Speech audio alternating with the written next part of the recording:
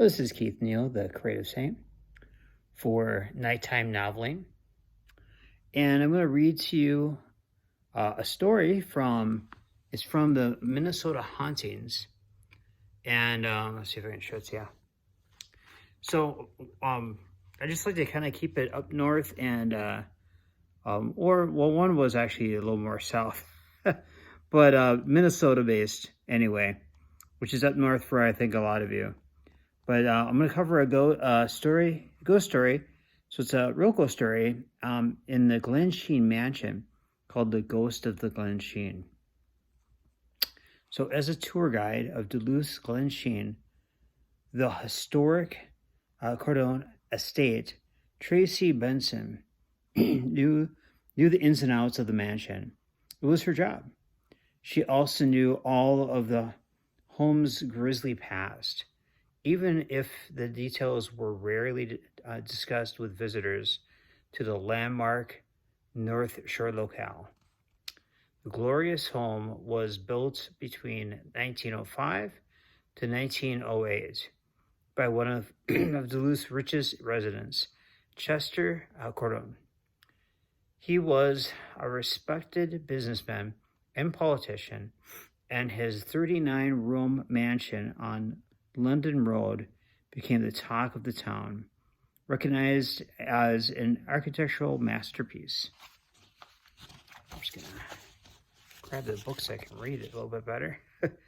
So, however, on June 26th of 1977, the spotlight shone on the Glensheen Mansion for a different reason. It became the site of one of the most notorious crimes in Minnesota's history. Cordone's daughter, Elizabeth, now 83 years old, was murdered in her bed. Her night nurse, Velma Batella, was killed as well. Police quickly reconstructed the tragic crimes. A burglar broke into the mansion through a basement window on the night of June 26. The criminal crept up the stairwell where he ran into Batella by chance. The unfortunate encounter spelled doom for the night nurse. As the surprised intruder panicked, he brutally bludgeoned Batella to death with a brass candlestick. Kind of sounds like the Clue games. The victorious murderer wasn't finished. He continued onto Elizabeth Cordone's second-floor bedroom. Upon entering, he smothered the elderly woman with a pillow. Although she put up a struggle, Elizabeth eventually suffocated to death. In an unexpected twist, investigators turned their suspicions toward Elizabeth's daughter, Marjorie, and her husband, Roger Cuttrell. Evidence pointed to Roger as the man who committed the crimes. He was arrested, convicted, and eventually admitted to the murders. Many who speculated that Marjorie was the mastermind behind the plot, and that a sizable inheritance was her motive. The accusations were without proof, though, and while later legal troubles landed the woman in prison, she was never convicted of any wrongdoing in the Cordone Patel murders. And so those were the facts as Tracy knew them, and she had become an expert at deflecting guests' questions about the crimes. The only thing she discussed with them was, pardon, I'll try again. The only thing she discussed with them less than the murders was the ghost. But that didn't keep employees from gossiping amongst themselves. A few weeks earlier, a co-worker had told Tracy the latest eerie tale. "I saw a flash of light at the top of the stairs," said her colleague. I was about to remind the person that pictures aren't allowed inside, but when I looked around again, no one was there. Orders claimed, Others claimed that Elizabeth's spirit resided within a doll inside the mansion. Reportedly, if one stared into the doll's eyes, he would see Elizabeth's ghost. Tracy wasn't sure which doll that might be. The story, while interesting, seemed to be a bit far-fetched for her. She gave much more credence to some of the other encounters or accounts, especially those given by countless tourists. Many had claimed that the stairwell, the spot where Patel was murdered, caused them to become lightheaded. Dozens and others reported seeing Elizabeth's ghost standing at her bedroom window.